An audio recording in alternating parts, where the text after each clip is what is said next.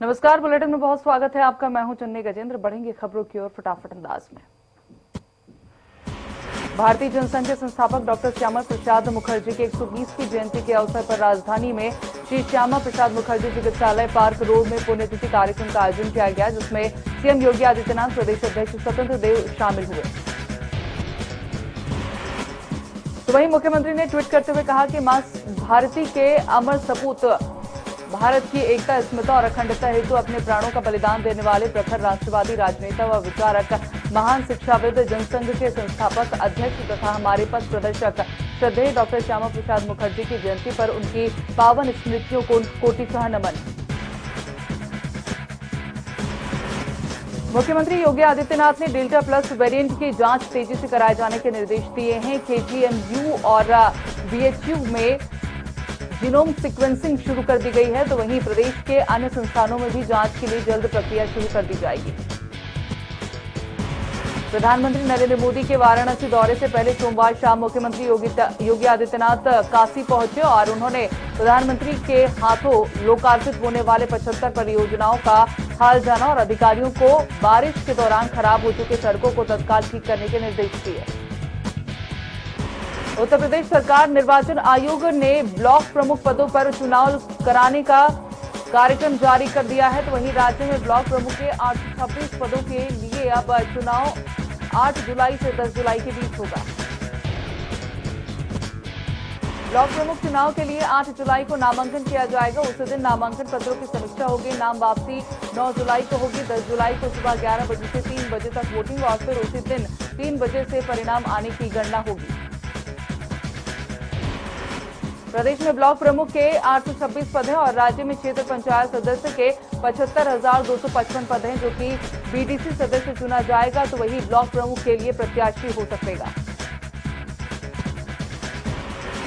जिला पंचायत अध्यक्ष चुनाव में बीजेपी की जीत के बाद सभी पार्टियों ने हार का आकलन करना शुरू कर दिया है। इसी कड़ी में एआईएमआईएम जिला अध्यक्ष ने अपने तीनों जिला पंचायत सदस्यों को पार्टी से निष्कासित कर दिया है।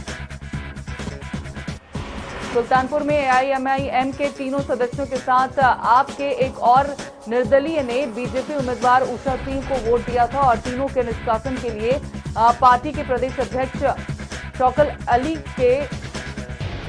अली ने बाकायदा पत्र जारी करके इसकी जानकारी दी है।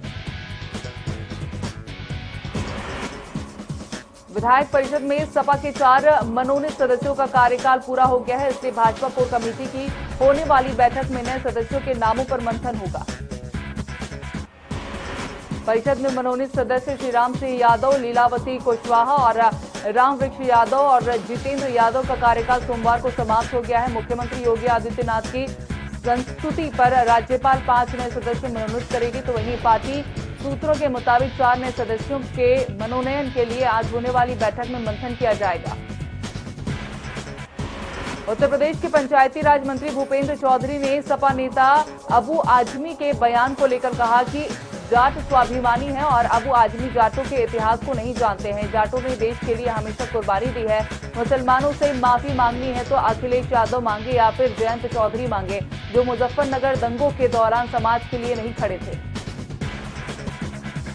मुजफ्फरनगर में जाट बाहुल्य गांव पीनना में जाटों की ओर से अबू आजमी का विरोध किया गया है। युवाओं ने कहा है कि अब आजमी ने जाट बिरादरी को नीचा दिखाने का काम किया है, जो बर्दाश्त नहीं किया जाएगा। लखनऊ सपा कार्यालय में सपा अध्यक्ष अखिलेश यादव से किन्नर समाज के महंत महामंडलेश्वर लक्ष्मीकांत त्रिपाठी ने मुलाकात की और किन्नर समाज को राजनीति में जगह देने की मांग की। किन्नर समाज के महंत महामंडलेश्वर लक्ष्मीकांत त्रिपाठी ने सपा अध्यक्ष अखिलेश यादव से मुलाकात के बाद बताया कि किन्नर समाज को राजनीति में जगह और सरकार आने पर किन्नर समाज का उत्थान करने की अपील की।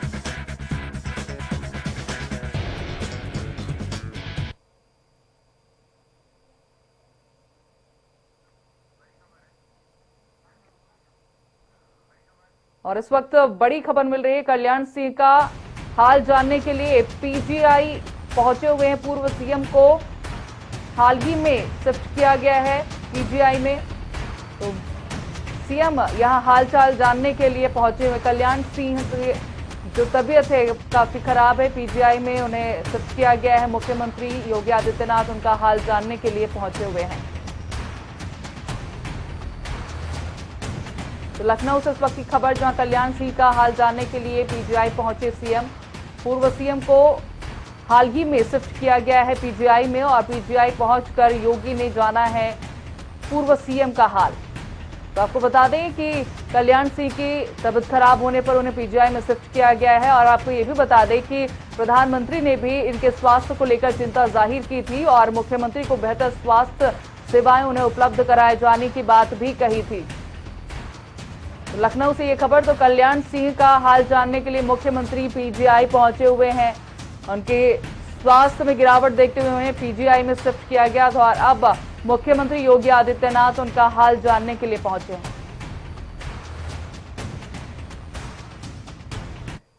और चलिए बढ़ते हैं फटाफट खबरों की ओर।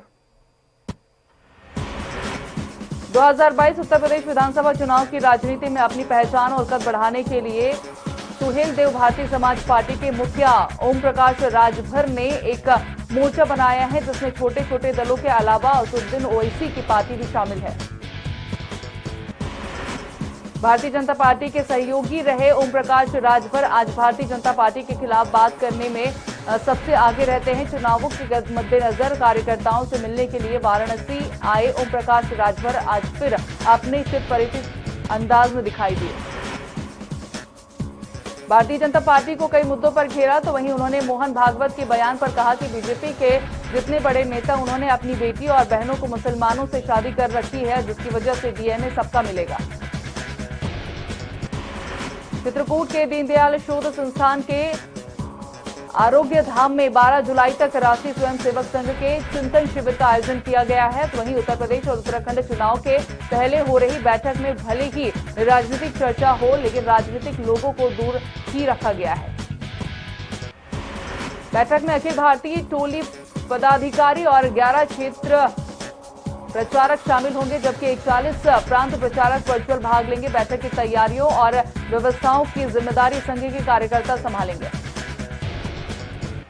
उत्तर प्रदेश में अखिलेश यादव की सरकार के कार्यकाल के दौरान लखनऊ में बड़े घोटाले में सीबीआई ने अपनी जांच की रफ्तार तेज कर दी है। लखनऊ में करीब 1800 करोड़ के गोमती रिवर फ्रंट घोटाले में सीबीआई की एंटी करप्शन ब्रांच ने उत्तर प्रदेश के 13 जिलों के साथ ही पश्चिम बंगाल और राजस्थान के कई जिलों में छापा मारा। इस घोटाले की जांच प्रवर्तन निदेशालय भी कर रही है। तो वहीं सीबीआई ने लखनऊ के एंटी करप्शन ब्रांच से गोमती रिवर फ्रंट घोटाले में आरंभिक जांच के बाद तत्कालीन आरक्षक अभियंता रूप सिंह यादव, शिव मंगल यादव, चीफ इंजीनियर काजिम अली और असिस्टेंट इंजीनियर सुनील कुमार यादव समेत 190 लोगों के विरुद्ध नया केस दर्ज किया है। एम्बुलेंस मामले में बाराबंकी पुलिस ने कार्रवाई करते हुए बाहुबली विधायक मुख्तार अंसारी और मऊ के श्याम संजीवनी अस्पताल की मालकिन डॉक्टर अलका राय समेत 7 लोगों के खिलाफ चार्जशीट दाखिल की है, जिसमें 6 लोगों पर एफआईआर दर्ज होने के बाद जेल भेज दिए गए हैं, जबकि मुख्तार पहले से ही जेल में है। वहीं इस मामले में पुलिस की रडार पर और भी कई लोग हैं। एसटीएफ और बाराबंकी पुलिस ने रविवार देर रात से सोमवार दोपहर तक लखनऊ के कई इलाकों में शाहिद की तलाश में दबिश दी, पर वो हाथ नहीं आया। वहीं आपको बता दें कि बांदा जेल में बंद डॉन मुख्तार अंसारी ने जेल प्रशासन ने पंखा सहित कुछ जरूरी सामान मांगी है। अखिल भारतीय अखाड़ा परिषद ने संघ प्रमुख मोहन भागवत के बयान का समर्थन किया। अखाड़ा परिषद के अध्यक्ष महंत नरेंद्र गिरी ने कहा है कि ये बात सही है कि देश में रहने वाले हिंदुओं के साथ ही मुसलमानों और ईसाइयों का डीएनए एक ही है। महंत नरेंद्र गिरी ने कहा कि भारत में रहने वाले सभी मुसलमानों और ईसाइयों के पूर्वज पहले हिंदू ही थे, और वही मॉब लिंचिंग की घटना पर संघ प्रमुख मोहन भागवत की ओर से दिए गए बयान का भी समर्थन किया। उन्होंने कहा कि गाय हमारी माता हमेशा रहेगी। महंत नरेंद्र सिंह गिरी ने कहा है कि किसी मुसलमानों को देश छोड़ने के लिए कहना गलत है। महंत नरेंद्र सिंह ने कहा है कि देश में रहने वाले मुसलमानों और ईसाइयों के पूर्वज भी हिंदू ही थे, इसलिए अखाड़ा परिषद उनके घर वापसी की ही कोशिश कर रहा है। कांग्रेस प्रदेश अध्यक्ष अजय कुमार लल्लू ने झांसी में प्रभात फेरी निकाली और प्रभात फेरी में आजादी के महानायकों के सम्मान में नारे भी लगाए। साथ ही जगह जगह पर अजय कुमार लल्लू का भव्य स्वागत किया गया। उत्तर प्रदेश के पूर्व मुख्यमंत्री कल्याण सिंह की हालत नाजुक बनी हुई है। पीजीआई के क्रिटिकल केयर मेडिसिन के आईसीयू में उनका इलाज चल रहा है और इधर प्रधानमंत्री नरेंद्र मोदी ने कल्याण सिंह के स्वास्थ्य को लेकर चिंता जाहिर की है। प्रधानमंत्री मोदी ने कल्याण सिंह के बेटे राजीव को फोन करके उनका हालचाल जाना है। प्रधानमंत्री मोदी ने मुख्यमंत्री योगी आदित्यनाथ को भी कॉल किया और उन्हें बेहतर इलाज उपलब्ध कराने को कहा। उत्तर प्रदेश के बेसिक शिक्षा विभाग के 69,000 शिक्षक भर्ती के आरक्षित वर्ग के अभ्यर्थियों ने लखनऊ में बेसिक शिक्षा मंत्री सतीश द्विवेदी के आवास का घेराव किया। अभ्यर्थियों का कहना है कि जब तक उनकी मांग पूरी नहीं होगी वे इसी तरह से विरोध प्रदर्शन जारी रखेंगे। इसके बाद शिक्षा विभाग ने नाराज अभ्यर्थियों से बातचीत करने के लिए उन्हें बुलाया। अधिकारियों ने इस मामले में नाराज अभ्यर्थियों से पूरी जानकारी मांगी है, साथ ही आरक्षण को लेकर उनकी शिकायत भी सुनी है। तो वहीं मंत्री सतीश द्विवेदी का कहना है कि भर्ती प्रक्रिया में किसी प्रकार की अनियमितता नहीं बरती गई है। कांग्रेस पार्टी के वरिष्ठ नेता प्रमोद तिवारी ने मौजूदा केंद्र सरकार पर राफेल के सौदे को लेकर केंद्र सरकार पर कई गंभीर आरोप लगाए हैं। उन्होंने कहा कि बाहर की कंपनियां जांच की बात कह रही है, लेकिन हमारी सरकार जांच से इनकार कर रही है। आगरा के रामबाग इलाके में देर रात एक ट्रक ने डिवाइडर पर सो रहे 3 लोगों को रौंद दिया, जिसमें से एक व्यक्ति की मौत मौके पर ही हो गई थी। वहीं 2 लोग घायल हो गए थे, जिन्हें पुलिस ने अस्पताल पहुंचाया। बाराबंकी एम्बुलेंस मामले में मुख्तार अंसारी समेत 7 लोगों के खिलाफ चार्जशीट दाखिल की गई है। पुलिस ने मुख्तार अंसारी के साथ हॉस्पिटल संचालक अलका राय, SN राय और साथ ही राजनाथ यादव, आनंद यादव, सोएब मुजाहिद के खिलाफ भी चार्जशीट दाखिल की है। उत्तर प्रदेश कांग्रेस कमेटी ने गाजियाबाद में 2 दिवसीय प्रशिक्षण शिविर का आयोजन किया। शिविर में कांग्रेस प्रदेश अध्यक्ष अजय कुमार लल्लू उपस्थित रहे और साथ ही प्रियंका गांधी भी वीडियो कॉन्फ्रेंसिंग के माध्यम से आगामी विधानसभा चुनाव को लेकर वार्ता करेंगे। गोंडा नगर पालिका परिषद में 3.5 करोड़ के भविष्य निधि घोटाले में पुलिस ने लिपिक की पत्नी को गिरफ्तार किया है। घोटाले के करीब 85 लाख रुपए पत्नी के खाते में जमा कराकर उसे मकान और लखनऊ में प्लॉट खरीदने का खुलासा हुआ है। लखनऊ के ठाकुरागंज में दबंगों ने पुरानी रंजिश के चलते लेखपाल पद पर तैनात युवक की जमकर पिटाई की है, जिससे कि लेखपाल का सर फट गया है, जिसके बाद लेखपाल ने थाने में जाकर शिकायत की है। उन्नाव में बेजुबान जानवरों पर खुलेआम अत्याचार का मामला सामने आया। एक युवक ने बाजार में गौवंश को भाला मारा और इसका वीडियो अब सोशल मीडिया पर वायरल हो रहा है। आगरा में थाना जगदीशपुरा के बोदला राहुल नगर में टेम्पो खड़ा करने को लेकर एक युवक ने फायरिंग की है, जिसके बाद स्थानीय लोगों ने उसे पकड़कर पुलिस के हवाले कर दिया। तो वहीं फायरिंग का वीडियो सोशल मीडिया में वायरल हो रहा है। पीड़िता का आरोप है कि पुलिस ने युवक को रात में ही छोड़ दिया था और उस पर कोई भी कार्यवाही नहीं की गई है। पीड़िता का आरोप है कि एसएसपी से शिकायत के बाद भी पुलिस प्रशासन कोई एक्शन नहीं कर रही। आगरा को नोएडा की तर्ज पर 612 हेक्टेयर की भूमि पर ग्रेटर नोएडा बनाने की रणनीति पर विचार विमर्श शुरू हो गया है। वहीं ADA-BC ने बिल्डर्स के साथ इनर रिंग रोड का निरीक्षण किया है और साथ ही 80 से 100 हेक्टेयर भूमि को पुलिस ने चिन्हांकित भी किया है। औरैया में बेटे ने प्रेम प्रसंग में बाधा बने पिता पर त्रिशूल से हमला कर दिया है, जिसके बाद पिता की चीखने चिल्लाने पर बेटा मौके से फरार हो गया। परिजनों ने आनंद फानन में पिता को अस्पताल पहुंचाया, जहां डॉक्टरों ने उसे मृत घोषित कर दिया। फिलहाल पुलिस बेटे की तलाश कर रही है। सहारनपुर में पुआरका ब्लॉक के ग्राम प्रधान ने वन विभाग के अधिकारियों पर खराब पौधे देने का आरोप लगाया है। ग्राम प्रधान संजय वालिया ने कहा है कि पौधारोपण के लिए विभाग ने पहले से ही खराब हो चुके पौधे भेजे हैं। साथ ही 2265 पौधों की पर्ची देकर सिर्फ 1500 पौधे भेजे गए हैं।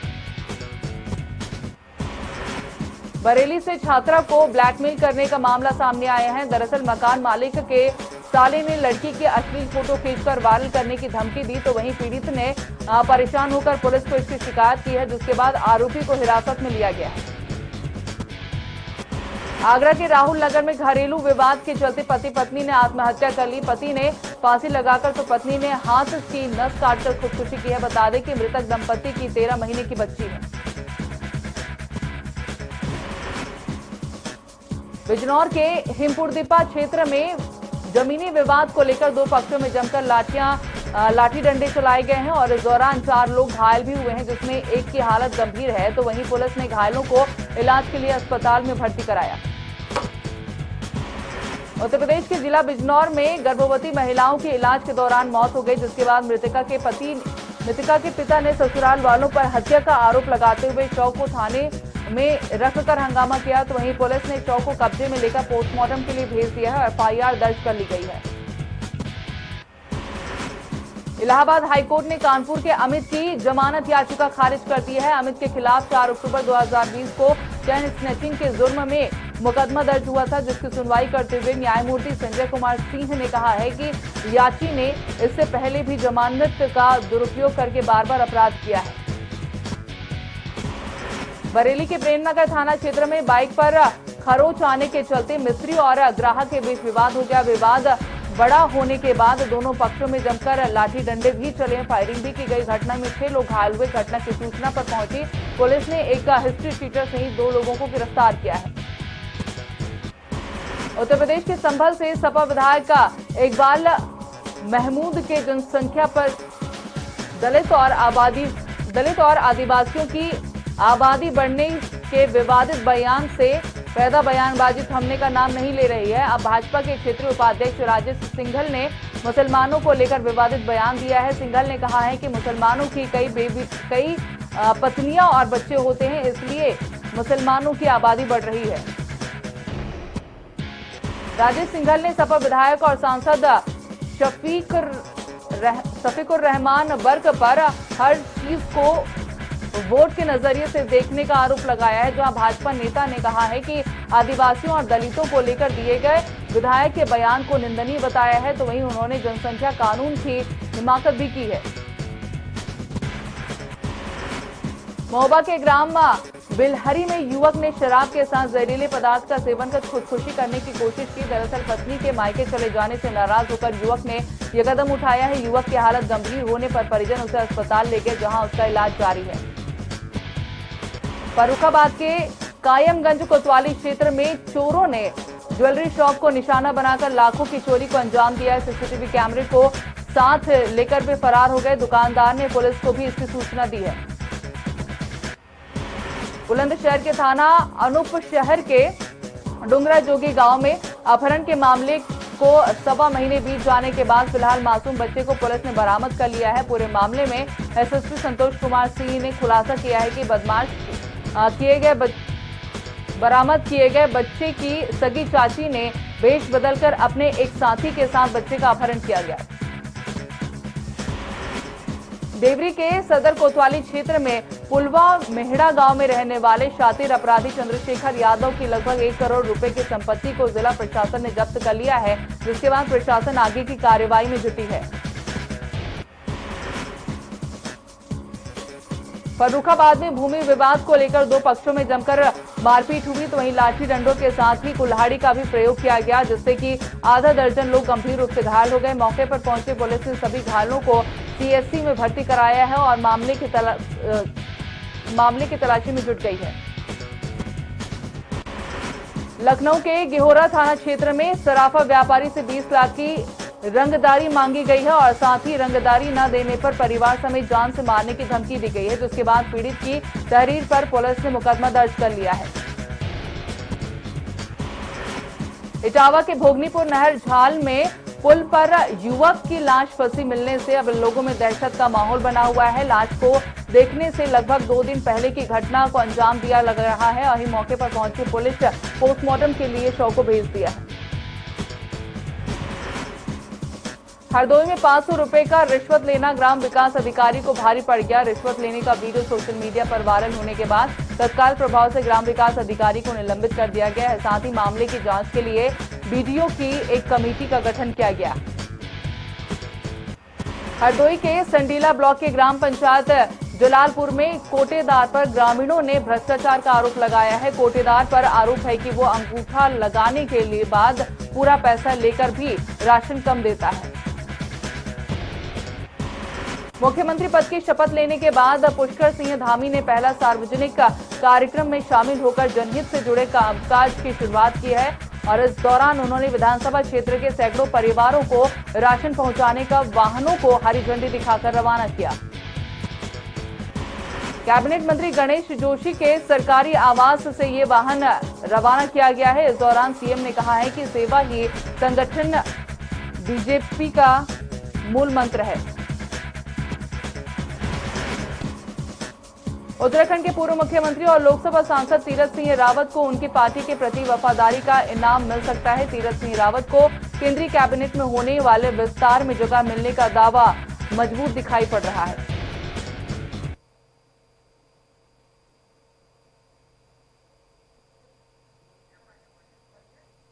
आज नवनियुक्त मुख्य सचिव ने अपना पद ग्रहण किया है। आपको बता दें कि संघू प्रदेश के 17वें मुख्य सचिव के तौर पर कार्यभार संभाला है। सोमवार को अपर मुख्य सचिव कार्मिक राधा तरूणी ने संघू के प्रमुख सचिव पद पर नियुक्ति के आदेश जारी किए थे। तो वहीं सोमवार देर शाम नवनियुक्त मुख्य सचिव डॉक्टर एएस संघू ने बीजापुर स्थित अतिथि गृह में मुख्यमंत्री पुष्कर धामी से शिष्टाचारिक भेंट की है।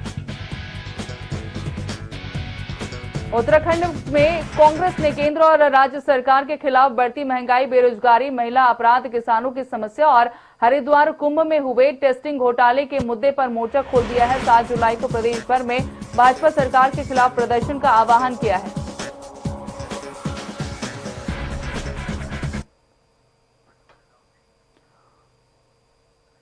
और चलिए देख लेते हैं कुछ खबरें विस्तार से। तो उत्तर प्रदेश राज्य निर्वाचन आयोग ने ब्लॉक प्रमुख पदों पर चुनाव कराने का कार्यक्रम जारी कर दिया है। राज्य में ब्लॉक प्रमुख के 826 पदों के लिए चुनाव 8 जुलाई से 10 जुलाई के बीच होगा। तो वहीं ब्लॉक प्रमुख चुनाव के लिए 8 जुलाई को नामांकन किया जाएगा। उसी दिन नामांकन पत्रों की समीक्षा होगी। नाम वापसी 9 जुलाई को होंगे और 10 जुलाई को सुबह 11 बजे से 3 बजे तक वोटिंग और फिर उसी दिन 3 बजे से नतीजे आने तक मतगणना की जाएगी। तो वहीं चुनावों को लेकर पंचायती राज मंत्री भूपेंद्र चौधरी से हमारे संवाददाता ने खास बातचीत की है। आखिरकार उत्तर प्रदेश पंचायत अध्यक्ष के चुनाव में भारतीय जनता पार्टी ने 67 सीटें जीती हैं। अब ब्लॉक प्रमुखी के चुनाव का ऐलान हो चुका है। ज्यादा जानकारी के लिए हमारे साथ उत्तर प्रदेश के पंचायती राज मंत्री चौधरी भूपेंद्र जी हैं। सर, बड़ी सफलता रही जिला पंचायत अध्यक्ष के चुनाव में, अब ब्लॉक प्रमुखी के चुनाव का ऐलान हो चुका है। किस तरीके की तैयारियां हैं विभागीय? पंचायत चुनाव में पहले प्रत्यक्ष चुनाव हुए, ग्रामीण क्षेत्रों में बीडीसी के सदस्य, जिला पंचायत के सदस्य, प्रधान, ग्राम सभा के सदस्य, और हम लोगों ने अपने कार्यकर्ताओं के आधार पर और सरकार ने जो माननीय योगी जी के नेतृत्व में काम किए हैं, उन कामों के आधार पर लोगों से भारतीय जनता पार्टी के पक्ष में जनादेश की अपेक्षा की, मांग की। लोगों ने बहुत स्नेह दिया। बड़ी संख्या में ग्राम सभा के सदस्य, प्रधान, बीडीसी के सदस्य और जिला पंचायत के सदस्य चुनावों में विजयी होकर आए और उसका परिणाम आपने देखा। जब जिला पंचायतों के अध्यक्षों के चुनाव हुए हैं तो उसमें 67 सीटें भारतीय जनता पार्टी के 75 में से 67 जिला पंचायतों के अध्यक्ष बने हैं। मैं प्रदेश की महान जनता का योगी जी के नेतृत्व में विश्वास व्यक्त करने के लिए धन्यवाद करता हूं। और जहां तक ब्लॉकों का चुनाव है, ब्लॉकों के चुनाव की अधिसूचना जारी हो गई है। 8 तारीख में नामांकन है, 9 तारीख में वापसी है और 10 में मतदान होगा। और जिस प्रकार से जिला पंचायतों के अध्यक्षों के परिणाम आए और उससे बेहतर भारतीय जनता पार्टी के प्रत्याशी अधिक संख्या में जीत कर आएंगे। लेकिन सर, चुनावी प्रक्रिया जो रही है जिला पंचायत अध्यक्ष की, उस पर विपक्ष ने सवाल खड़े किए हैं। उनका कहना है कि पूरी तरीके से पारदर्शिता नहीं बरती गई चुनावों में। ऐसा नहीं है, पूरी पारदर्शी व्यवस्था के साथ चुनाव हुए हैं, लेकिन ये बहुत बड़ा चुनाव है नहीं, सिलेक्टेड वोट है। कहीं 20 वोट हैं, कहीं 30 वोट हैं, कहीं 50 वोट हैं। तो विपक्ष अपनी पराजय देखकर वो लोग बौखला गए और उन्होंने अलग इस तरह के आरोप लगाने प्रारंभ किए हैं। कहीं भी कोई किसी भी सदस्य के द्वारा, उनके परिवार के सदस्यों के द्वारा कहीं कोई इस तरह की शिकायत नहीं की गई है। वो लोग एजेंडे के आधार पर अपनी पराजय को छुपा नहीं पा रहे हैं। मेरा सबसे निवेदन है कि लोकतंत्र में जनादेश का सम्मान सभी राजनीतिक दलों को करना चाहिए। ये चुनाव बिल्कुल स्मूथली हुए, कहीं कोई इस तरह की विवाद नहीं है। अगर विवाद होता तो आपने कहा पिछली बार 36-37 लोग जिला पंचायतों के अध्यक्ष निर्विरोध निर्वाचित हुए थे। अब के जो लोग निर्विरोध निर्वाचित में इटावा भी हुआ है। अगर हम लोग इस तरह की अराजकता करते या सरकार के दम पर, सरकारी मशीनरी के दम पर चुनाव कराते तो जो 6-7-8 सीटें हम लोग हारे हैं वो भी क्यों हारते हम। बलिया में इतनी बड़ी फोर्स है हमारी, 2-2 मंत्री हैं, हमारे माननीय सांसद हैं, हमारे राज्यसभा के सदस्य हैं, लेकिन हमें समर्थन नहीं मिला। तो जो भी समर्थन जहां हमें नहीं मिला, हमारी जहां संख्या कम थी, हमारे पास नंबर कम थे, हम हारे हैं। लेकिन जहां हमारे पास नंबर पर्याप्त थे, जनता ने हमें बहुत सहजता के साथ माननीय मुख्यमंत्री जी के नेतृत्व में विश्वास व्यक्त किया है। और मुझे उम्मीद है जैसे जिला पंचायतों में हमें समर्थन मिला है, हम लोग अधिकांश सीटें जीते हैं, ऐसी विकास खंडों के प्रमुखों में भी हम अधिकांश सीटें जीतेंगे। सर, ग्रामीण विकास प्रधानमंत्री जी के एजेंडे में है, योगी जी के एजेंडे में है, और आपका कंसेप्ट भी है अंतिम पायदान पर खड़े व्यक्ति के चेहरे पर मुस्कुराहट लाना। तो क्या आप जिला पंचायत अध्यक्ष भारतीय जनता पार्टी के 67 बने हैं, ब्लॉक प्रमुखी में जैसा आप कह रहे हैं संभावित बड़ी जीत होगी, तो क्या आप गांवों का विकास में तेजी आएगी? सरकार ने, आपने देखा होगा 2014 में जब से देश के प्रधानमंत्री जी के नेतृत्व में सरकार नरेंद्र मोदी जी की बनी है, हम लोगों ने ग्रामीण कंसेप्ट में लड़े जाएंगे। हाँ, निश्चित रूप से सरकार ने जो काम किया है उस काम के आधार पर ही हम लोग जनता के बीच में गए हैं। 4.5 वर्ष में जो माननीय मुख्यमंत्री जी के नेतृत्व में ग्रामीण क्षेत्रों में पंचायत राज विभाग के द्वारा, ग्राम सभाओं के द्वारा, क्षेत्र पंचायतों के द्वारा, जिला पंचायत द्वारा जो काम हम लोगों ने किए हैं, उन कामों के आधार पर ही हम लोगों ने जनादेश मांगा है। और इस बार मैं आपको एक जानकारी दूं कि पिछली बार जो विकास खंड हैं, ब्लॉक हैं, उनमें सरकार की सहायता बहुत कम थी। केवल राज्य वित्त आयोग की उसका 10% धनराशि, लगभग 550 करोड़ रुपए चौथे वित्त आयोग से विकास खंडों में जाते थे।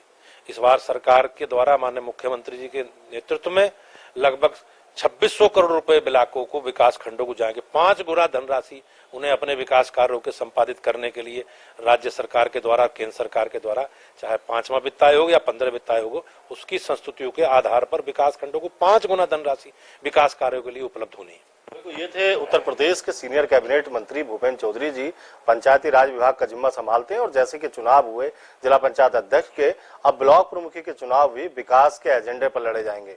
वीडियो जर्नलिस्ट आशीष के साथ संजीव कपासिया, जनता टीवी, लखनऊ।